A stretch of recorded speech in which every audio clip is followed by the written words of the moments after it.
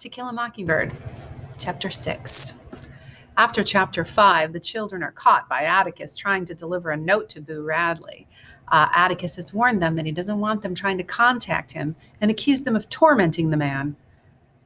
That brings us to Chapter 6. "Yes," said our father when Jem asked if we could go over and sit by Miss Rachel's fish pool with Dill, as this was his last night in Macomb. "Tell him so long for me. We'll see him next summer."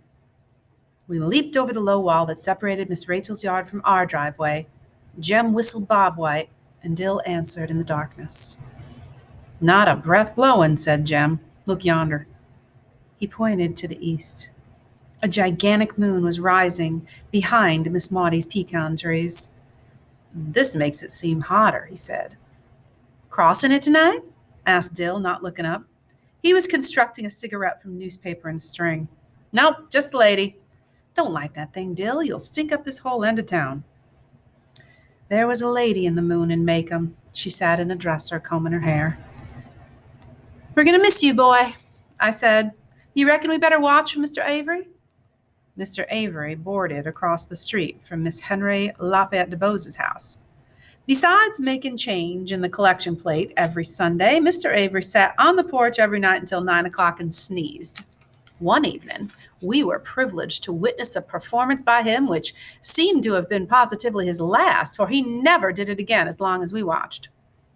Jem and I were leaving Miss Rachel's front steps one night when Dill stopped us. "Golly, look yonder," and he pointed across the street. Well, at first we saw nothing but a kudzu-covered front porch, but closer inspection revealed an arc of water descending from the leaves and splashing in the yellow circle of a streetlight some 10 feet from the source of earth, it seemed to us. Jem said Mr. Avery misfigured. Dill said he must drink a gallon a day, and the ensuing contest to determine relative distances and respective prowess only made me feel left out again, as I was untalented in this area. Dill stretched, yawned, and said altogether too casually, "I know what. Let's go for a walk." Sounded fishy to me. Nobody in Macomb just went for a walk. "Where to, Dill?" Dill jerked his head in a southerly direction. Jem said, "Okay." When I protested, he said sweetly, "You don't have to come along, Angel May." "You don't have to go. Remember," Jem was not one to dwell on past defeats. It seemed the only message that he got from Atticus was insight into the art of cross-examination. "Scout, we ain't going to do anything. We're just going to go to the streetlight and back." We strolled silently down to the streetlight, listening to the porch swings creaking with the weight of the neighborhood, listening to the soft night murmurs of the grown people on our street. Occasionally we heard Miss Stephanie Crawford laugh. "Well," said Dill. "Okay," said Jem. "Why don't you go on home, Scout?" "What are you going to do?" Dill and Jem were simply going to peep in the window at the loose shutter to see if they could get a look at Boo Radley, and if I didn't want to go with them, I could go straight home and keep my fat flopping mouth shut. That was all. "But what in the Sam Hole Hill did you wait until tonight?" "Because no one could see him at night. Because Atticus would be so deep in a book he wouldn't hear the kingdom coming. Because if Boo Radley killed him, they'd miss school instead of vacation. And because it was easier to see inside a dark house in the dark than the daytime. Did I understand?" "Jem, please." "Scout, I am telling you the last time, shut your trap or go home. I declare to the Lord, you are getting more like a girl every day." And with that, I had no option but to join them. We thought it was better to go under the high wire fence at the rear of the Radley lot, and we stood less chance of being seen, and the fence enclosed a large garden and a narrow wooden outhouse. Jem held up the bottom wire and motioned Dill under it. I followed and held up the wire for Jem. It was a tight squeeze for him. "Don't make a sound," he whispered. "Don't get enrolled college. Whatever you do, they'll wake the dead." And with this thought in mind, I made perhaps 1 step a minute. I moved faster when I saw Jem far ahead, beckoning in the moonlight. We came to the gate that divided the garden from the backyard, and Jem touched it. The gate squeaked. "Spit on it," whispered Dill. "You got us in a box, Jem," I muttered. "We can't get out of here so easy." Shh, spit on it, Scout. And we spat ourselves dry, and Jem opened the gate slowly, lifting it aside and resting it on the fence. We were in the backyard. The back of the Radley house was even less inviting than the front. A ramshackle porch ran the width of the house, and there were 2 doors and 2 dark windows between the doors. Instead of a column, a rough 2x4 supported one end of the roof. An old Franklin stove sat in the corner of the porch, and above it a hat rack mirror caught the moon and shone eerily. "Ah," said Jem softly, lifting his foot. "What's the matter?" "Chickens," he breathed. Well, that we would be obliged to dodge the unseen from all directions was confirmed when Dill, ahead of us, spelled G-O-D in a whisper. We crept to the side of the house, around the corner with the hanging shutter. The sill was several inches taller than Jem. "I'll give you a hand up," he muttered to Dill. "Wait, though." Jem grabbed his left wrist and my right wrist. I grabbed my left wrist and Jem's right wrist, and we crouched. Dill sat on our saddle. We raised him up until he caught the windowsill. "Hurry," Jem whispered. "We can't last much longer." Jem punched my shoulder, and we lowered him to the ground. "What did you see?" "Nothing. Curtains. There's a little teeny light way off somewhere, though." "Let's go away from here," breathed Jem. "Let's go around the back again." "Shh," he warned me as I was about to protest. "Let's try the back window." "Dill, no," I said. Dill stopped and let Jem go ahead. When Jem put his foot on the bottom step, the step creaked. He stood still and then tried his weight by degrees. The step was silent. Jem skipped 2 steps, put his foot on the porch, heaved himself to it, and teetered a long moment. He regained his balance and dropped to his knees. He crawled to the window, raised his head, and looked in. And then I saw the shadow. It was the shadow of a man with a hat on. First I thought it was a tree, but there was no wind blowing, and tree trunks never walked. The back porch was bathed in moonlight, and the shadow, crisp as toast, moved across the porch toward Jem. Dill saw it next. He put his hand to his face, and when it crossed Jem saw it. He put his arm up over his head and went rigid. The shadow stopped about a foot beyond Jem. Its arm came out from its side, dropped, and was still. And then it turned and moved back across Jem, walking along the porch and off the side of the house, returning as it had come. Jem leaped off the porch and galloped toward us. He flung open the gate, danced Dill and me through, and shooed us through 2 rows of swishing collards. Halfway through the collards, I tripped, and as I tripped, the roar of a shotgun shattered the neighborhood. Dill and Jem dived beside me. Jem's breath came in sobs. "Fence by the schoolyard! Hurry, Scout!" Jem held the bottom wire, and Dill and I wriggled through, and we were halfway to the shelter of the schoolyard's solitary oak when we sensed that Jem was not with us. We ran back and found him, struggling in the fence, kicking his pants off to get loose. He ran to the oak tree in his shorts. Well, safely behind it, we gave way to numbness. But Jem's mind was racing. "We got to get home. They'll miss us." We ran across the schoolyard, crawled under the fence to the deer's pasture behind our house, climbed over the back fence, and we were back at the back steps before Jem would let us pause to rest. Respiration normal, the 3 of us strolled as casually as we could to the front yard. We looked down the street and saw a circle of neighbors at the Radley front gate. "We better go down there," said Jem. "They'll think it's funny if we don't show up." Mr. Nathan Radley was standing inside his gate, a shotgun broken across his arm. Atticus was standing beside Miss Maudie and Miss Stephanie Crawford. Miss Rachel and Mr. Avery were nearby. None of them saw us come up. We eased in beside Miss Maudie, who looked around. "Where were you 2 all, Didn't you hear the commotion?" "What happened?" asked Jem. "Mr. Radley shot at a Negro in his collard patch." "Oh, did he hit him?" "Nope," said Miss Stephanie. "Shot in the air. Scared him pale, though. Says if anybody has seen a white Negro around, that's the one. Says he got the other end of the barrel waiting for the next time he hears him in that patch, and the next time he won't aim so high, be it dog, Negro, or—" "Jem Finch!" "Ma'am?" asked Jem.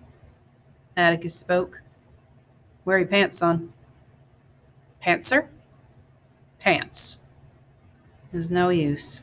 In his shorts for God and everybody. I sighed. Mr. Finch? In the glare from the streetlight, I could see Dill hatching one. His eyes widened. His fat cherub face grew rounder. What is it, Dill? Asked Atticus. I won 'em from him, he said vaguely. Won them? How?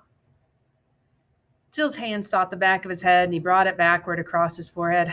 We were playing strip poker out yonder by the fish pole, he said. Jem and I relaxed. The neighbors seemed satisfied, but then they all stiffened. What was strip poker? We had no chance to find out. Miss Rachel went off down the street. Dude, Jesus, Dill Harris, gambling by the fish pool? I will strip poker you, sir. Atticus saved Dill from immediate dismemberment. Just a minute, Miss Rachel, he said. I've never heard of him doing that before. Were you all playing cards? Jem flicked Dill's fly with his eyes shut. No, sir. Just with matches. I admired my brother. Matches were dangerous, but cards were fatal. Jem, Scout, said Atticus, I don't want to hear of you playing poker in any form again. Go by Dill's house and get your pants, Jem. Settle it yourselves. Don't worry, Dill, said Jem, as we trotted up the sidewalk. She ain't going to get you. He'll talk her out of it. That was fast thinking, son. Listen, you hear? We stopped and heard Atticus's voice say, Not serious. They all go through it, Miss Rachel. Dill was comforted, but Jem and I weren't. There was the problem of Jem showing up with some pants in the morning. Give you some of mine, said Dill as we came to Rachel's steps, but Jem said he couldn't get in them, but thanks anyway. We said goodbye, and Dill went inside the house. He evidently remembered he was engaged to me, for he ran back and kissed me swiftly in front of Jem. You all right here? He bawled after us. Well, had Jem's pants been safely on him, we would not have slept much anyway. Every night sound I heard from my cot in the back porch was magnified threefold. Every scratch of feet on gravel was Boo Radley seeking revenge. Every passing Negro laughing in the night was Boo Radley loosing after us. Insects splashing against our screen were Boo Radley's insane fingers picking the wire to pieces. The chinaberry trees were malignant, hovering, alive. I lingered between sleep and wakefulness until I heard him murmur. You sleep, Biltraz? Are you crazy? Shh. Atticus's light is out. In the waning moonlight, I saw Jem swing to his feet to the floor. I'm going after him, he said. I sat upright. You can't. I won't let you. He was struggling into his shirt. I got to. You do and I'll wake up Atticus. You do and I'll kill you. I pulled him down beside me on the cot.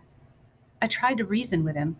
Mr. Nathan's going to find him in the morning, Jem. He knows you lost him. And when he shows him to Atticus, it'll be pretty bad, and that's all there is to it. Now go on back to bed. That's what I know, said Jem, and that's why I'm going after him. I began to feel sick. Going back to that place by himself, I remembered Miss Stephanie. Mr. Nathan had the other barrel waiting for the next sound he heard, be it Negro, dog, or... Jem knew that better than I. I was desperate. Look, it ain't worth it, Jem. A licking hurts, but it doesn't last. You'll get your head shot off, Jem, please. He blew out his breath patiently. It's like this, Scout, he muttered. Atticus ain't never whipped me since I can remember. And I want to keep it that way. Well, this was a thought. It seemed like Atticus threatened us every other day. You mean he's never caught you in anything? Maybe so, but I just want to keep it that way. Scout, we shouldn't have done that tonight, Scout. And it was then, I suppose, that Jem and I first began to part company. Sometimes I didn't understand him, but my feelings of bewilderment were short-lived. This was beyond me. Please, I pleaded, can't you just think about it for a minute? By yourself on that place? Shut up. It's not like he's never speak to you again or anything. I'm going to wake him up, Jem. I swear I am. Jem grabbed my pajama collar and wrenched it tight. Then I'm going with you, I choked. No, you ain't. You'll just make noise. There's no use. I unlatched the back door and held it while he crept down the steps. It must have been 2 o'clock. The moon was setting, and the latticework, shadows were fading into fuzzy nothingness. Jem's white shirt tail dipped and bobbed like a small ghost dancing away to escape the coming morning. A faint breeze stirred and cooled the sweat running down my sides. He went the back way, through deer pasture, across the schoolyard, and around to the fence. I thought at least that was the way he was headed. It would take longer, so it wasn't time to worry yet. I waited until I was time to worry, and I listened for Mr. Radley's shotgun, and then I thought I heard the back fence squeak. It was wishful thinking. And then I heard Atticus cough. I held my breath. Sometimes when we made midnight pilgrimages to the bathroom, we would find him reading. He said he often woke up during the night, checked on us, and then read himself back to sleep. I waited for his light to go on, straining my eyes to see it flood through the hall, but it stayed off, and I breathed again. The night crawlers had retired, but ripe china berries drummed on the roof when the wind stirred, and the darkness was desolate with the barking of distant dogs. And there he was, returning to me. His white shirt bobbed over the back fence and suddenly grew larger. He came up the back steps, latched the door behind him, and sat on his cot. Wordlessly, he held up his pants. He lay down. For a while, I heard his cot trembling, and soon he was still, and I did not hear him again. That is the end of chapter 6. Jem returns to get his pants, and I think we have to ask ourselves, why did he feel he needed to do that? Scout tries to tell him, Jem, Atticus will get over it. He'll be mad. You probably get punished, but, it's okay. It won't last forever. But Jem tries to explain to her that he doesn't want to lose the respect of his father. He says his father has never licked him yet. He means kind of spanked him, I guess. And he doesn't want that ever to happen. And that's what drives Jem to go back for those pants. Another interesting line in that chapter is when Scout says, "It was then, I suppose, that Jem and I began to part company." I think what she means by that is Jem is growing up. He's 4 years older than her. And he's starting to understand things that she does not understand, like why he has to go back for these pants, why that's so important for him to do. She doesn't understand it, but she's glad to have her brother back safe, the cot trembling beneath him. Thanks for watching.